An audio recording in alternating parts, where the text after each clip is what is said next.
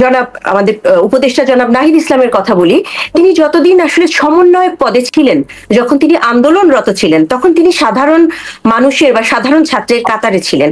কিন্তু যখনই তিনি উপদেষ্টা পদে তিনি যখন দায়িত্বপ্রাপ্ত হলেন, তখন কিন্তু আসলে তিনি কোনো রাজনৈতিক দলের উপদেষ্টা না, উনি তখন সরকারের উপদেষ্টা, উনি একজন সরকারি কর্মকর্তা বা উনি একজন গভর্নমেন্ট অফিসিয়াল। উনি কি আসলে এরকম ডাক দিতে পারেন সেটা আমার জানা নেই। আমার মনে হয় না কোনো সরকারি পদে, দায়িত্বশীল পদে কর্মরত বা দায়িত্বরত কেউ এ ধরনের উস্কানিমূলক ডাক দিতে পারে। সেটা কোনো একজন ব্লগার দিতে পারেন হয়তো, বা দিলেও আইন শৃঙ্খলা রক্ষা বাহিনীর তো কিছু দায়িত্ব আছে বলে আমরা সবাই জানি। কিন্তু আমরা আজ মনে হয় ওনাদেরকে দর্শকের ভূমিকায় দেখেছি। আমি ওনাদেরকে দর্শকের ভূমিকায় দেখেছি। আমি একটু আনিস আলমগীর ভাই আপনার কাছে আবার ফিরতে চাই। সরকারের দায়িত্বশীল ব্যক্তিরা রাজনৈতিকভাবে যে কেউ যে কোনো কর্মসূচি দিতে পারে, এটি তার অধিকার। কিন্তু সরকারের দায়িত্বশীল ব্যক্তিরাও আমরা দেখলাম এ ধরনের কর্মসূচিকে সমর্থন করে সামাজিক যোগাযোগ মাধ্যমে স্ট্যাটাস দিচ্ছেন, এবং এতে করে এই যে আমি তো দেখালাম এই যে নাহিদ ইসলামের এটাকে আমি এটার সাথে সম্পৃক্ত হলেও অন্যায় কিছু দেখি না। অন্য কে দিয়েছে, আর কি দিয়েছে বলেন? এই যে হাসনাত আব্দুল্লাহ দিয়েছেন। হাসনাত আব্দুল সরকারের কে? না, সরকারের কেউ না, আপনি নাহিদ ইসলামের বক্তব্যটি ধরুন। আমি নাহিদ ইসলামের বক্তব্যকে সমর্থন করছি, কারণ হচ্ছে এটা একটা দ্বিপাক্ষিক ইস্যু। যখন শেখ হাসিনা একটা দেশের রাজনৈতিক আশ্রয় নিয়েছে, বাংলাদেশ তাকে ক্রিমিনাল হিসেবে ফেরত পাঠানোর চিঠি দিয়েছে, ইন্টারপোলকে বলেছে, এমন একটা পরিস্থিতিতে বাংলাদেশ তাকে বারবার ভারতকে সতর্ক করেছে, শেখ হাসিনা আপনাদের টয়লে বসে বাংলাদেশ বিরোধী কোনো কথা বলতে পারবে না, উস্কানিমূলক কোনো বক্তব্য রাখতে পারবে না। নাহিদ ইসলাম একজন মন্ত্রী বা উপদেষ্টা হিসাবে সেটাই প্রতিধ্বনিত হয়েছে তার কথায়। এখানে আমি মনে করি না যে কোনো অন্যায় ধরনের বক্তব্য উনি দিয়েছেন বা সরকারের বিরোধী, সরকার থেকে বের হয়ে এমন কিছু করেছেন বা সরকারের এই পদে থেকে উনার এই বক্তব্য যায় না, কারণ এটা তো সরকারেরই বক্তব্য, উনি তো নতুন কিছু বলেন নাই। তবে আপনি যাদের বলছেন যে নাই আরেকজন কি বলেন হাসনাত বা আদার্স, এরা তো সরকারের না, এরা তো যা বলতে পারে। কিংবা আপনি পিনাকি ভট্টাচার্যের কথা বললেন, তাই অ্যাক্টিভিস্ট, তারা তাদের বক্তব্য তারা দিতে পারে। ব্যক্তিগতভাবে আমি এই 32 নম্বরে আজকের হামলাকে সমর্থন করি না, কিন্তু আপনি যে প্রশ্নগুলো করছেন সেগুলোর প্রেক্ষিতে আমি বলছি যে কেন এটা ঘটেছে। কেন আপনি সমর্থন করেন না 32 নম্বরে হামলাটাকে? 32 নম্বর হামলা আমি কেন সমর্থন করবো? একজন দেশের সুস্থ নাগরিক হিসাবে আমি তো মেন্টাল কেস না। একটা দেশে একটা ঘটনা ঘটেছে, বাংলাদেশের রাজনীতির সাথে সম্পর্কিত একজন ব্যক্তি, এই যে আমাদের জাতীয়, ছোট্ট করে হ্যাঁ বলেন প্লিজ। আনিস ভাইয়ের কথা থেকেই আমি প্রশ্নটা পেলাম। তার মানে যারা আজকের এই হামলাটাকে যারা সমর্থন করছেন, তারা তার মানে মানসিকভাবে আসলেই তারা স্টেবল না, তাই তারা সমর্থন করছে। আমি সেটা বলতে চাই না, তারা স্টেবল কি স্টেবল না সেটা পাবলিক, এই ধরনের কোনো সেটা পাবলিক বিবেচনা করবে। কিন্তু একজন সুস্থ মানুষ হিসাবে আমি রাজনৈতিক সহনশীলতায় বিশ্বাসী। সেই সহনশীলতায় বিশ্বাসী বলে আমি সেই 5 তারিখে তাকে, যেমন আমি 15ই আগস্টের হত্যাকাণ্ড সমর্থন করি না, 5ই আগস্টে ওই বাড়ি পুড়ে দেওয়া সমর্থন করি না, আজকে সেখানে দ্বিতীয়বার হাঙ্গামা করার সেটা আমি সমর্থন করি না। কিন্তু এক রাজনৈতিক যেই চর্চা, রাজনৈতিক দলগুলো বা রাজনৈতিক ব্যক্তিরা যা করছে সেটা ভালো কি খারাপ সেটা নিয়ে আমি কথা বলতে পারি। এবং আপনি যে বলছেন যে এটা কেন ঘটলো, সেটা আমি সেই প্রেক্ষাপটে বললাম যে সেটা শেখ হাসিনার কারণেই ঘটেছে। কারণ শেখ হাসিনা নিজে একটা উস্কানি দাতা, এটা আপনি স্বীকার করেন আর না করেন, বা অনেকে স্বীকার নাও করতে পারে।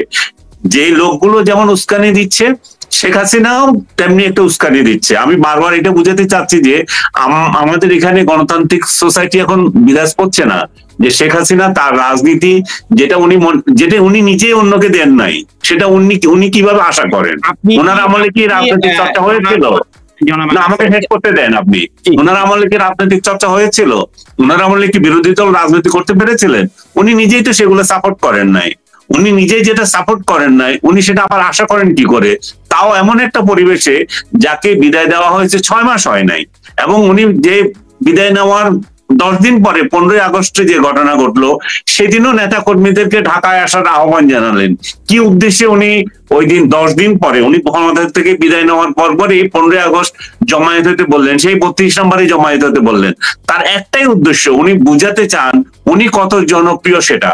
আর উনার এই জনপ্রিয়তা বুঝাতে গিয়ে একটা রাষ্ট্রের মধ্যে একটা কেওয়াস তৈরি হয়ে আছে, উনার নেতা কর্মীরা মানে একটা বিপদের সম্মুখীন হচ্ছে, বারবার বিপদের সম্মুখীন হচ্ছে। আমি এটা স্পষ্ট ভাষায় বলতে চাই, বারবার বলতে চাই, শেখ হাসিনা তার নিজের আত্মীয় স্বজন সবাইকে বাইরে রেখে, নিরাপদে রেখে অন্যদের জীবন বিপন্ন করছেন। এবং আপনারা বারবার বলছেন যে এটা মিডিয়াকেও তো হুমকি দেওয়া হয়েছে, যদি শেখ হাসিনার বক্তব্য প্রকাশ করা হয় তাহলে সেই মিডিয়াগুলোকে আমরা দেখে নেব।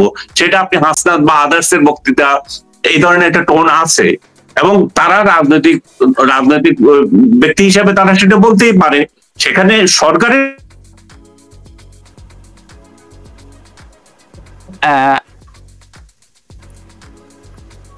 মেহের আফরোজ শাওন, আপনি কি শুনতে পাচ্ছেন? আমি কিছু শুনতে পাচ্ছি না। মানে আপনি আমাকে শুনতে পাচ্ছেন তো? সম্ভবত। আচ্ছা, তো যেই জায়গাটিতে জনাব আনিস আলমগীর বারবার নির্দেশ করছেন যে বাংলাদেশে এখনো আওয়ামী লীগের রাজনৈতিক কর্মকাণ্ড করার পরিস্থিতি তৈরি হয়নি, মাত্র 6 মাস হয়েছে, এবং এই ধরনের ভার্চুয়াল বক্তব্য সাধারণ আওয়ামী লীগের নেতাকর্মীদেরকে আরো বেশি ঝুঁকির মুখে ফেলবে। আমি যদি সারাংশ করি, আপনার কাছে কি সেটা এখানে? জি,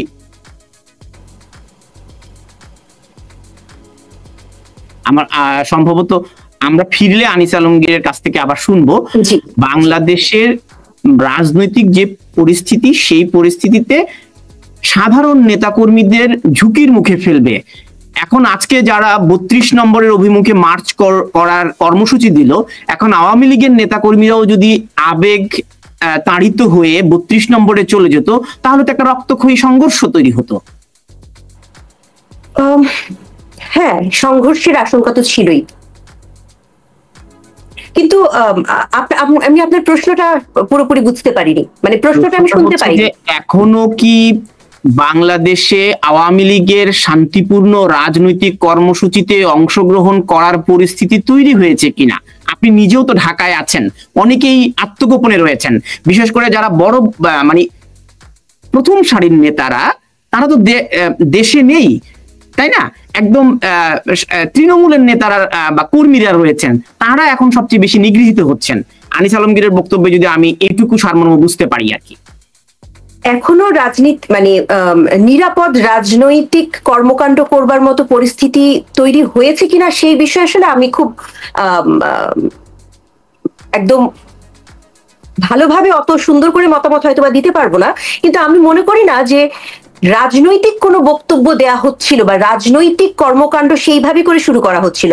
আমার কাছে মনে হয়েছে দলের কর্মীদের মনোবলকে শক্ত রাখার জন্য এবং তাদেরকে উঠে দাঁড়ানোর জন্য, তারা ভয় পেয়ে, তারা যেহেতু একের পর এক তারা অত্যাচারিত হচ্ছে, নিগৃহীত হচ্ছে, তাদেরকে একটু মনোবলটা শক্ত করবার জন্যই আসলে যেইটুকুন প্রস্তাব যেগুলো করা হচ্ছিল বা যেসব কর্মকাণ্ড, রাজনৈতিক কর্মকাণ্ড যেগুলো করা হচ্ছিল, যে বক্তব্যগুলো দেয়া হচ্ছিল, সম্পূর্ণই কিন্তু ধৈর্য ধারণ করতে বলা হচ্ছিল। এবং আজকের বক্তব্যটাও যদি আপনি শোনেন, এই বক্তব্যে কোথাও কিন্তু রাজনৈতিকভাবে এদেরকে মোকাবেলা করা বা আপনারাও যান, আপনারাও গিয়ে ওদেরকে মোকাবেলা করেন, এরকম কোনো বক্তব্য কিন্তু ছিল না। ছিল ধৈর্য ধরার বিষয়টি এবং আশাবাদ ব্যক্ত করার বিষয়টি। তো আমি এরকম মনে করি না যে এখনই আসলে খুব কড়াভাবে রাজনীতিতে ফিরে যাচ্ছে বা রাজনৈতিক কোনো একটা কাজের ঘোষণা দিয়ে বা রাজনৈতিক কোনো পদক্ষেপ নিতে যাচ্ছে আওয়ামী লীগ, খুব বড় কোনো কিছু এখনো তো সেরকম কোনো ঘোষণা আসেনি। আর যে বলা হলো যে 15ই আগস্ট সবাইকে ডাকা হয়েছে, আমরা কি আসলে শুনেছি মানে আমাদের আওয়ামী লীগের সভানেত্রী কি আসলে 15ই আগস্ট উনি সবাইকে বলেছেন আপনারা সবাই 32 নম্বর অভিমুখে যান, এরকম কি কোনো উনি সরাসরি বলেছেন? আমার জানা নেই। এটা আওয়ামী লীগ থেকে দেওয়া হয়েছিল শাওন, আওয়ামী লীগের কর্মসূচি ছিল, আওয়ামী লীগের কর্মসূচি, কিন্তু মানে আওয়ামী লীগ থেকে দেয়া কর্মসূচি, কিন্তু আওয়ামী লীগের সভানেত্রী কোনো দায়িত্ব নেবে না আওয়ামী লীগের কর্মসূচি? উনি তো সভানেত্রী, উনি তো পদত্যাগ করেন না এখনো। উনি তো ওনার দল চালাচ্ছেন বিদেশে বসে, ওনার সেক্রেটারি কোথায়, ওনার মুখপাত্রকে, তার কোনো পাত্তা নাই। উনি গায়েবী বক্তৃতা দিচ্ছেন, লোকজনকে বিপদে ফেলতেছেন। উনি যদি গায়েবী বক্তৃতা না ওনার আজকে কি জরুরি হয়েছে ঘটা করে? আপনি যেটা বললেন যে উনি তো একটু শান্ত থাকার কথা বলেছেন, সেটা তো উনি বিবৃতি দিয়েও দিতে পারেন। এটার জন্য একটা যে সংগঠনটাকে নিষিদ্ধ করেছে তাদের উদ্দেশ্যে নিষিদ্ধ হয়নি আনিস ভাই, কে নিষিদ্ধ? ছাত্রলীগ নিষিদ্ধ, ছাত্রলীগ নিষিদ্ধ, আওয়ামী লীগ তো নিষিদ্ধ না রাজনীতি করতে। না আওয়ামী লীগ তো না, এখানে তো উনি তো বক্তৃতা দিচ্ছেন ছাত্রলীগের উদ্দেশ্যে। না শাওন, আমি জানি সেটা, এই বক্তৃতা তো তিনি দিচ্ছেন ছাত্রলীগের উদ্দেশ্যে, ছাত্রদের উদ্দেশ্যে। আজকে আপনি খেয়াল করে দেখেন, ব্যানারটা দিয়েছেন ছাত্র সমাজের উদ্দেশ্যে দিয়েছেন, কিন্তু ছাত্র সমাজের উদ্দেশ্যে দেননি। ছাত্র সমাজের উদ্দেশ্যে যেটাই হোক, ছাত্র সমাজ তো ওনার এখন ওইটাই, ওনার ছাত্র সমাজকে। আর এখন তো উনি এত ঘটা করে দেওয়ার কি হলো? ওইটা লাইভে আসার কি হলো? লাইভ দিয়ে আসার আপনি বলছেন যে লিখিত স্টেটমেন্ট দিলে অসুবিধা নাই, লাইভে আসলে অসুবিধা আছে না। আপনি যখন আনুষ্ঠানিকতা করছেন, আপনি যখন চ্যালেঞ্জ দিচ্ছেন, আপনাকেও চ্যালেঞ্জ দিচ্ছে। কোনো চ্যালেঞ্জ কিন্তু দেওয়া হয়নি, কোনো চ্যালেঞ্জ। 5 তারিখে 6 যেদিন উনি আপনার ভাষায় বা আমার ভাষায় যেটা হোক, পালিয়ে যাওয়া বা বাধ্য হওয়া, যেটাই হোক, তো যেটাই হোক, সেই দিবসে এসে 6 মাসের মাথায় ওনার আবার ঘটা করে প্রোগ্রাম দেওয়ার কোনো দরকার নাই তো। উনি তো বিভিন্ন প্রোগ্রাম করছেন, উনি তো লাইভে বিভিন্ন বিদেশিদের সাথে কথা বলছেন। উনি যখন জাতির উদ্দেশ্যে বক্তৃতা দিতে চান এবং বাংলাদেশের ছাত্র সমাজের উদ্দেশ্যে দিতে চান, উদ্দেশ্যে কিন্তু উনি বক্তৃতা দেননি। জাতির উদ্দেশ্যে মানে ছাত্র সমাজ মানে তো বাংলাদেশেরই। কথা হচ্ছে যে আমাদের আপনি কথাটা খেয়াল করেন, বক্তব্য না শুনতে ওনার প্রোগ্রামগুলো আপনি খেয়াল করেন, উনি প্লিজ আপনি ওনার প্রোগ্রামগুলো খেয়াল করেন। ওনার প্রোগ্রামগুলো এতদিন ছিল বিদেশিদের সঙ্গে, উনি বিদেশিদের সঙ্গে ওই দেশে এই দেশে কথা বলেছেন, উনি বাংলাদেশের উদ্দেশ্যে কখনো বলেন নাই। বাংলাদেশ ছাত্র সমাজ তো লন্ডনের ছাত্র সমাজ না, বাংলাদেশের ছাত্র সমাজ এবং ছাত্রলীগ বা অন্য ধরে নিলাম অন্য কেউ, এগুলো তো বাংলাদেশিদের উদ্দেশ্যে উনি বক্তৃতা দিয়েছেন, অন্য কারোর উদ্দেশ্যে না। এবং এই বক্তৃতা আপনি কি পেয়েছেন? সে একই তো কথা, আমি এই করেছি, আমি সেই করেছি, স্বজন হারানো বেদনা, আর কি? এখানে নতুন তো কিছু নাই। উনি তো এমন কোন বক্তৃতা দিয়ে দেন নাই যেটাতে রাতারাতি কিছু পরিবর্তন হয়ে যাচ্ছে, ওনারা অন্য কিছু আনবেন। দেখেন, উনি রাজনীতি কি করবেন না করবেন ওনার ব্যাপার, এখানে আমার করার কিছু নাই, আপনারও করার কিছু নাই। কিন্তু আমি বলতে